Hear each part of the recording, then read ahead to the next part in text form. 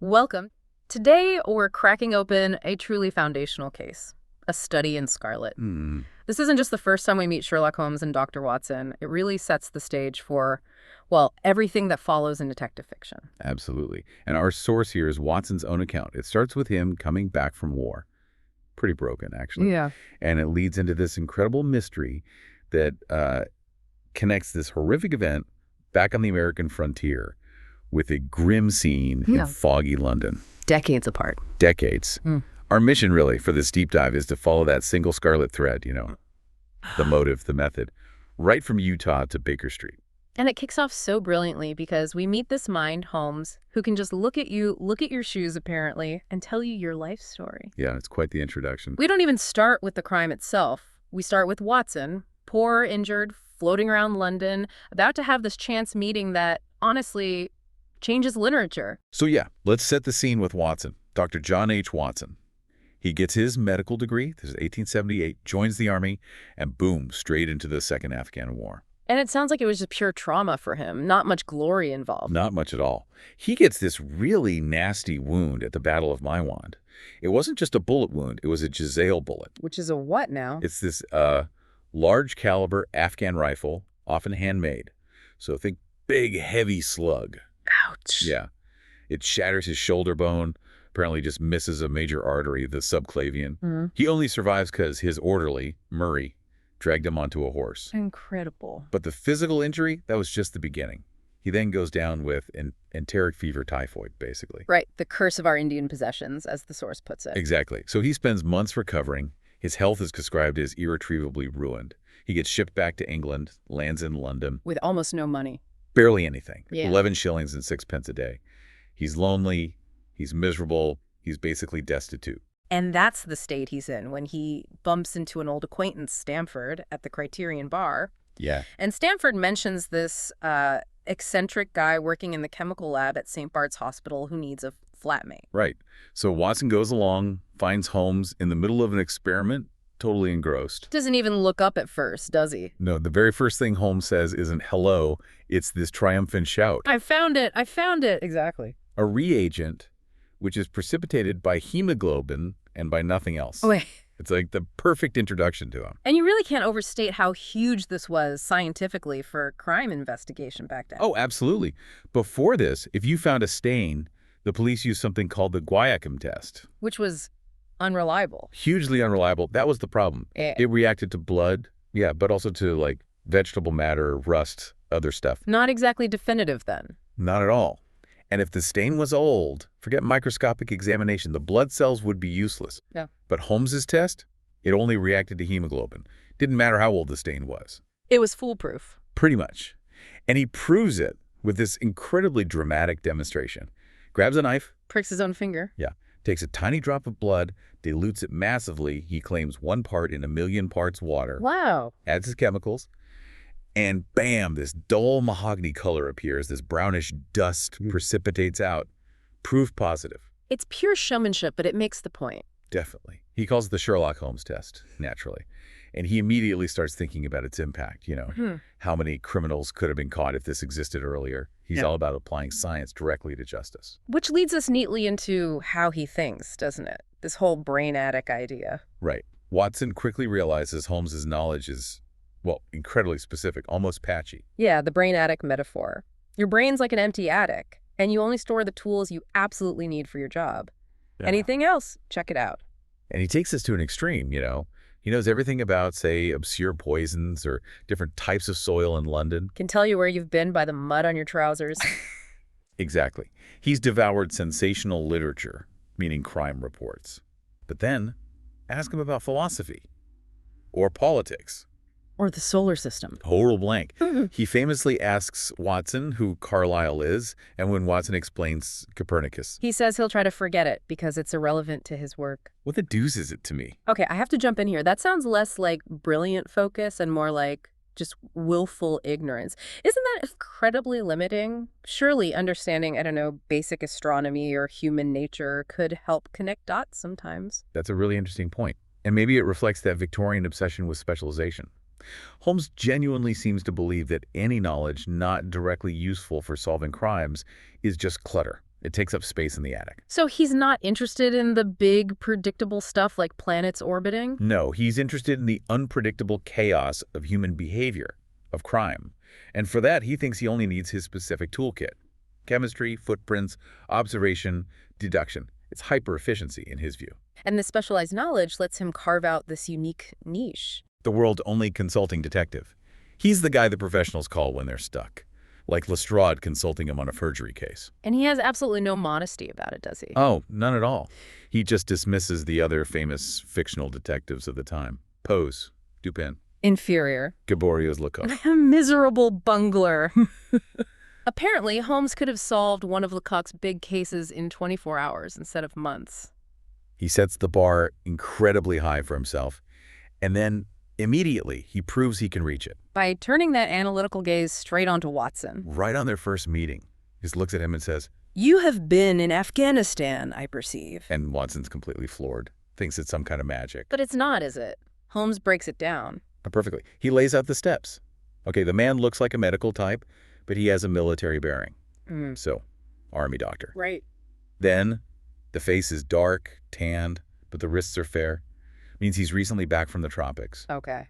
He looks haggard, worn down, and he holds one arm stiffly, unnaturally. That suggests hardship and a recent wound. And the only place an English army doctor would fit all those pieces together at that specific time Is Afghanistan. It's a chain of observation and deduction. No guesswork. And he says the whole thought process took him less than a second. Astonishing. Just astonishing. So Holmes has demonstrated his peculiar genius. The two decide to share rooms, and they move into the legendary 221B Baker Street.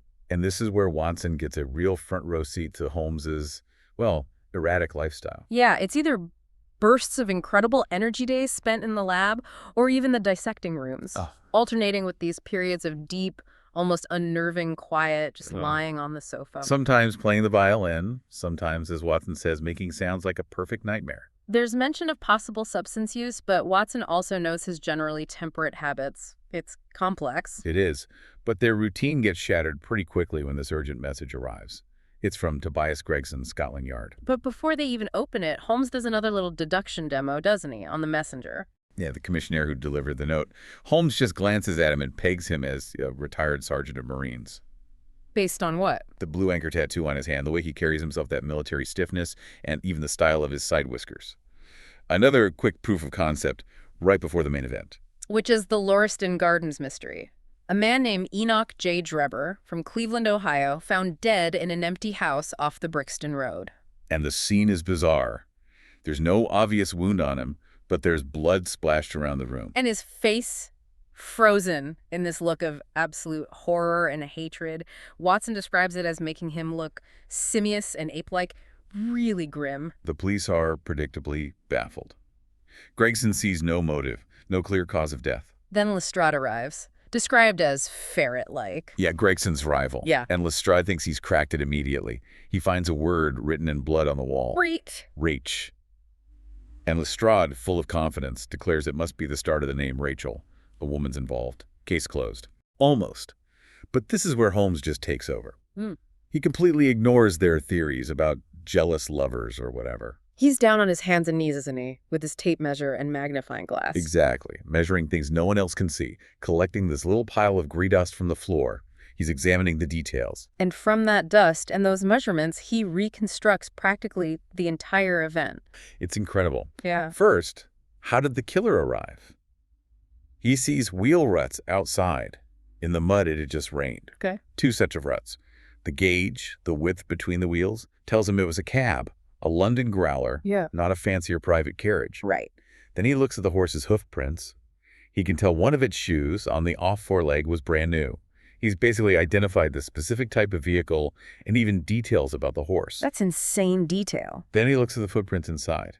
2 sets of tracks. One made by fancy patent leathers, that's Drebber, the victim. The other by rougher square toes, that's the murderer. And crucial. They walked into the room together. Arm in arm, the footprints show. Not a struggle at the door. Okay, so he's got the transport and the entry. What about the killer himself? He builds a profile. The killer was tall. How? The word R-A-SHE was written high on the wall, about 6 feet up. Holmes figures someone writing instinctively does it at eye level. was over 6 feet tall. Makes sense. He was relatively young or agile. Why? Because outside, he took a stride of 4.5 feet to clear a puddle. Okay. He smoked a specific type of cigar, a trichinopoly cigar. Holmes knows this from the dark, flaky ash he collected. Of course he does. He's probably written a monograph on cigar ash. He literally has. He mentions his monograph on the subject. Unbelievable. What else? The killer had long fingernails on his right hand. Holmes saw tiny scratches in the plaster next to the bloody letters. Wow. And how was Drebber actually killed? No wound. Holmes suspects poison. He sniffs Drebber's lips and detects a faint, sour smell. And the blood on the floor, not Drebber's. Holmes deduces it's the murderer's own blood. A nosebleed. Caused, Holmes figures, by intense emotion, extreme excitement during the confrontation. Which explains the splashes. Exactly. And then, the final nail in Lestrade's coffin, R-H-E. Not Rachel. Not Rachel. Holmes curtly informs them it's the German word for revenge. And he points out the way it was written in printed capitals, not typical German script, suggests it was a deliberate blind, an attempt to mislead the police towards political radicals or secret societies, which were a big fear at the time. And the police bought it, didn't they? The newspapers too? Oh, yeah. The Daily Telegraph, the Standard. They immediately run with theories about socialists, or maybe even the Wemgericht, that old secret German tribunal. It tapped right into those Victorian anxieties about foreign plots. Shows how easily bias can send an investigation sideways. While they're chasing those ghosts. The real revenge continues. Joseph Stangerson, who was Drebber's secretary and companion, is found dead. Where? At his hotel, Halliday's private hotel. He'd been stabbed this time, but the signature was the same. Right. Reishi, written in blood on the wall above him. Chilling. But Lestrade finds something crucial near Stangerson, doesn't he? Yes, a small pillbox. Inside are 2 identical little pills, pearly gray. Holmes immediately realizes these must be the key. He insists they test them. Now... And this leads to that rather grim scene with the dog. Yeah, it's ethically questionable by modern standards, certainly.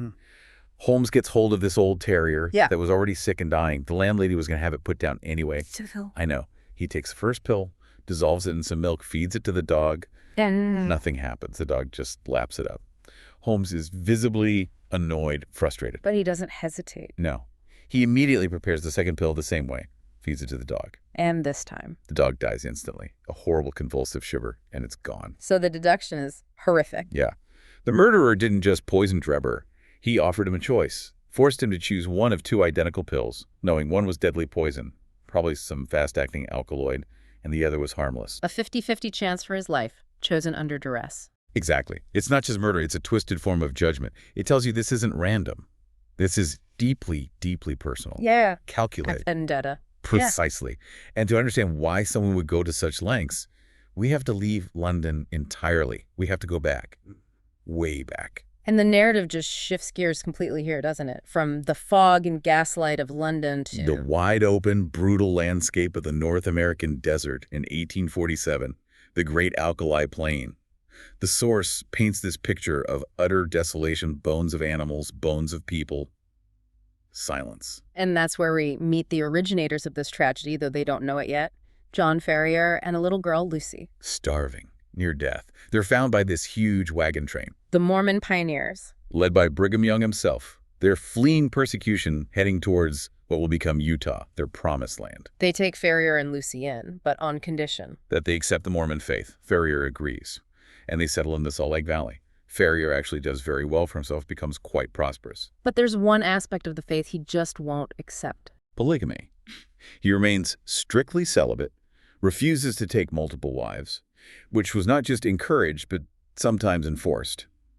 This makes him an outsider, despite his success. And Lucy grows up there, becomes known as the flower of Utah. Beautiful, sought after. Until she meets someone who isn't part of that closed community. Jefferson Hope. Ah, the name from the end of the London investigation. The very same. He's described as a tall, rugged hunter, maybe from St. Louis. He saves Lucy from a cattle stampede, and they fall hard for each other instantly. Which is obviously going to cause problems. Big problems, especially given the power structure there. We learned about the Danites. The avenging angels. Yes, this secret incredibly powerful group within the Mormon community. Their job was basically to enforce the prophet's will. Absolutely terrifying. The source compares them to the Spanish Inquisition, says anyone who crossed the church disappeared. That's serious. Institutionalized terror, really. Absolutely. And it comes to a head when Brigham Young himself pays Ferrier a visit. He demands that Lucy marry one of the sons of the elders. And her choices are? Young Enoch Drebber, yes, that Drebber, who already has 7 wives, or young Joseph Stangerson, that Stangerson who has 4. Not much of a choice. Ferrier is furious. He basically says, I'm an American, you can't force my daughter into a harem. He refuses point blank. Which is brave given the Danites. Incredibly brave. Young gives him 1 month to comply, delivers this chilling threat, saying it would be better if there were skeletons out on the plains than defying the church leadership. And then the psychological terror starts. Oh, yeah. This creepy countdown begins. A message appears. 29 days are given you. Then every day, a number appears somewhere on Ferrier's property, painted on a wall, tacked to the door. 28, 27, 26. Invisible enemies just constantly reminding him. It completely unnerves Ferrier, this vague, shadowy terror, as Watson calls it. While this is happening, Ferrier manages to get a message out to Jefferson Hope, who's away working in Nevada. Yes, tells them they're in danger. Hope rushes back. With only a couple of days left on the countdown, he crawls into their house at night, avoiding the watchers. They have to flee immediately. It's a desperate escape plan. On horseback, heading for the mountains, trying to reach Carson City. They even managed to get past the first checkpoint using a secret Danite countersign Hope had learned. 9 to 7 is the challenge. Yeah. And the reply is 7 from 5. It works. They get through Eagle Canyon. But they can't outrun them forever. No. They make camp. Hope needs to find food, so he leaves them for a short while to hunt. And when he gets back? Nothing. Just cold ashes. Silence. Then he finds it. A small mound of fresh earth. A grave. Oh, no. Marked with a stick and a piece of paper. It reads, John Ferrier, formerly of Salt Lake City, died August 4th, 1860. So they caught him. What about Lucy? They dragged her back. Forced her into marriage with Drebber, the man she hated. God, how awful. She didn't last long. The source says she died within a month. Wasted away more like a ghost than a woman. Just heartbreak and despair. And Jefferson Hope. He manages to find where she's lying before burial. He goes to her, kisses her forehead, and snatches the wedding ring off her finger. The ring Drebber put there. Yes. He vows she shall not be buried in that. And that's the moment. The absolute moment his life becomes dedicated to one single thing. Vengeance against Drebber and Stangerson. A pursuit that will last 20 years. 20 years? That's an incredible length of time to maintain that kind of hatred and focus. It really is. Hope tracks them relentlessly. Across America, Nevada, Cleveland, then Europe, St. Petersburg, Paris, Copenhagen, finally, London. How does he even support himself during all this? Menial jobs, whatever he could find, sometimes rough work. But the driving force, especially towards the end, is something else. His own health is failing. Ah, right. What was wrong with him? He tells Holmes later he has an aortic aneurysm. Yeah. Probably brought on by years of hardship, exposure, poor food, especially when he was hiding out in the mountains after Ferrier's death. So he knows he's on borrowed time. Exactly. He says he knew it was bound to burst before many days passed. It gives his quest this incredible final urgency. He has to find them now. And he finally does, in London. How does he set the trap? Well, first, he gets the perfect cover job. A cab driver. Allows him to move around the city, observe, unnoticed. Makes sense. And he'd already prepared his venue. He'd managed to make a wax impression of a key to an empty house on Brixton Road after a fare dropped it in his cab. Had a duplicate made. So he had his location ready. Ready and waiting. Then he gets word freight. Drebber and Stangerson are staying at a boarding house in Camberwell. The chance finally comes when Drebber gets drunk, argues with Stangerson, and storms off from Euston Station alone. Playing right into Hope's hands. Perfectly. Hope picks him up in his cab, pretending to be just another driver. Drives him straight to the empty house in Lauriston Gardens. The scene of the crime we started with. Exactly. Inside, he locks the door, holds up a candle to his own face, and asks Drebber, "Do you know who I am?" And Drebber recognizes him. Instantly. The face of the rival from Utah, the man whose love he destroyed. Drebber's face apparently just contorts with terror. Then comes the choice. The pills. Hope forces him to choose one. Life or death. Decided by chance or fate. A twisted kind of justice. And as Drebber is dying. Hope holds up Lucy's wedding ring right in front of his eyes. fulfills that vow he made over her body. The sheer intensity of it all causes Hope's nosebleed. Providing the blood to write RACHE on the wall? Revenge. Yes, but then he almost messes up. He realizes in his haste or excitement, he dropped the ring, Lucy's ring. I know. He has to go back. He has to. He rushes back, frantic. And that's when he bumps into Constable Rance, the policeman on the beat. What happens? Hope pretends to be completely drunk, just leaning against the fence. Rance dismisses him as a drunkard and moves on. Letting the murderer walk away. Holmes was furious about that later. Called Rance a blundering fool for missing his chance. Hope retrieves the ring and disappears. Okay, so that's Drebber. What about Stangerson? Stangerson is spooked. Drebber didn't come back. He locks himself in his room at Halliday's hotel. So Hope can't just lure him out. No, he is a forced entry. Finds a ladder nearby, uses it to get up to Stangerson's window in the early morning, the gray of the dawn. Stangerson must have recognized him immediately. He did. Hope apparently tried to offer him the pill choice too, but Stangerson wasn't having it. He attacked Hope. So Hope had to Used the knife he carried. He stabbed Stangerson to death. Though Hope later claims, kind of fatalistically, that Providence wouldn't have let Stangerson pick the harmless pill anyway. Yes. Then he writes RACEG again. Right. Meanwhile, back at Baker Street, Holmes has put all the pieces together. He knows who he's looking for. He activates his network. the Baker Street irregulars. The Baker Street Division of the Detective Police Force, as he calls them. These street kids. Yeah. He sends them out with a description. Tall, ruddy-faced cabman, name of Jefferson Hope. Find him. And they do. They do. They track him down. Holmes arranges for Hope to come to 221B, pretending he needs help with luggage. The trap is set. It's pure theater. Hope walks in, totally unsuspecting. Holmes asks him to help strap up a trunk. As Hope bends over, hands near the strap. Snap. Holmes clamps the handcuffs on his wrists, then delivers that amazing line. Gentlemen, let me introduce you to Mr. Jefferson Hope, the murderer of Enoch Drebber and of Joseph Stangerson. Must have been chaos then. Absolute chaos. Hope apparently goes berserk. The source says he fought with the convulsive strength of a man in an epileptic fit, throws himself at the window, shatters it. Takes all of them to subdue him. Holmes, Lestrade, Gregson, Watson too probably. 4 men pile on him to finally get him under control. A desperate, furious fight. So they have him. Justice will be served. Except it isn't. Not by the courts anyway. The very next night, Jefferson Hope is found dead in his cell. The aneurysm. It burst. Just as he predicted. His work was done, his revenge complete.